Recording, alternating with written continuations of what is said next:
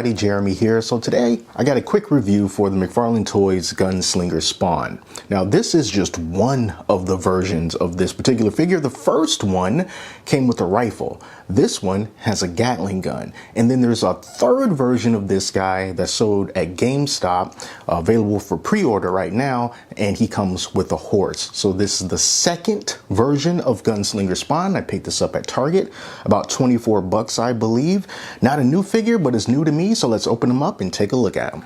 So here's Gunslinger Spawn out of the packaging, and yes, he does look pretty darn cool. Really did nail that kind of old west kind of aesthetic while putting that Spawn spin on things. So let's just take a look at the figure, rotate him around. As usual, McFarlane Toys did a great job on this Spawn and the detail. Spawn being like the signature character from McFarlane in general, so of course they need to get him done correctly. So as you can see here, I have him holding his Gatling gun, and when I first got this out of the packaging, one of the things I was kind of worried about was the hands, because I thought that if the hands were made of, you know, like that stiff plastic, you either have to really fight it in order to open it, or you have to heat up those hands in order to get them to wrap around the handles and stuff of guns. But with this particular Spawn, you don't need to do that because the hands are already nice and soft right out of the box. So it's extremely easy to just wrap his hand around this part right here and to get his other hand down on this top lever. Another good thing about having those nice soft hands is that it helps to minimize the damage that you might do to them if you don't want to take the extra time to heat up the hands in order to get it around accessories. You don't have to worry about chipping off the paint. I do like that, and it just makes the figure more enjoyable to have because you don't have to go to those extra lengths in order to enjoy it. I also really like his duster jacket, and you know, it's his cape, but since his cape sort of is a character in and of itself in a way, I think that it translates really cool to this sort of old west duster while still maintaining that really high up awesome collar that Spawn is known to have.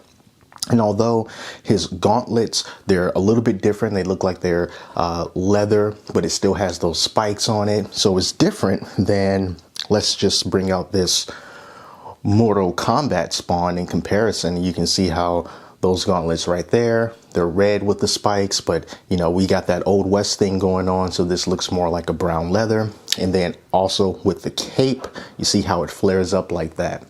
Now, one thing that I wish that this particular Spawn had as far as the cape goes, I wish that it, or as far as his jacket goes, I wish that there was more painted detail in it.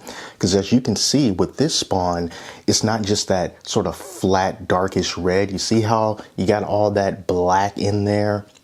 Sort of make it look a little bit worn, a little bit more, give it a little bit more oomph. I would have really liked to have seen that as opposed to just the regular plain, it's red and nothing else. So really would have liked to have seen that.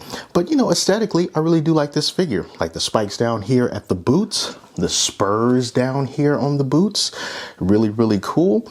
And he also has a couple of other accessories. He has these pistols right here that you can put in his holster. Take those out. So here's a couple of these right here.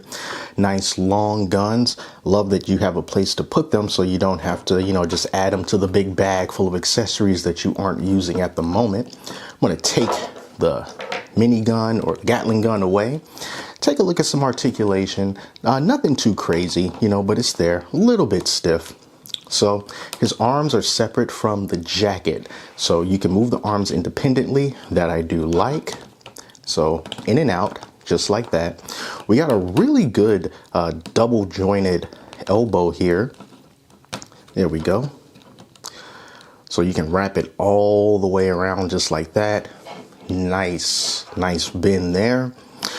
Because he's wearing this duster jacket, getting him to move forward and back with a crunch is a little bit difficult, but you can still twist the waist. That articulation is still there.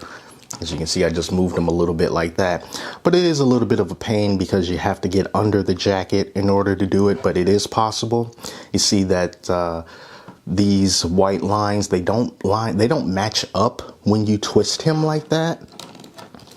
And I think that's one of the things that Todd McFarlane kind of annoys him a little bit when you do have articulation and kind of just messes with the costume of the figure and it starts to not look right. But you can do that if you want to. As for the legs, you can move out his legs, just like that. It's not very far, you know. And then for the knee bend, it's pretty far, pretty decent bend at the knee there.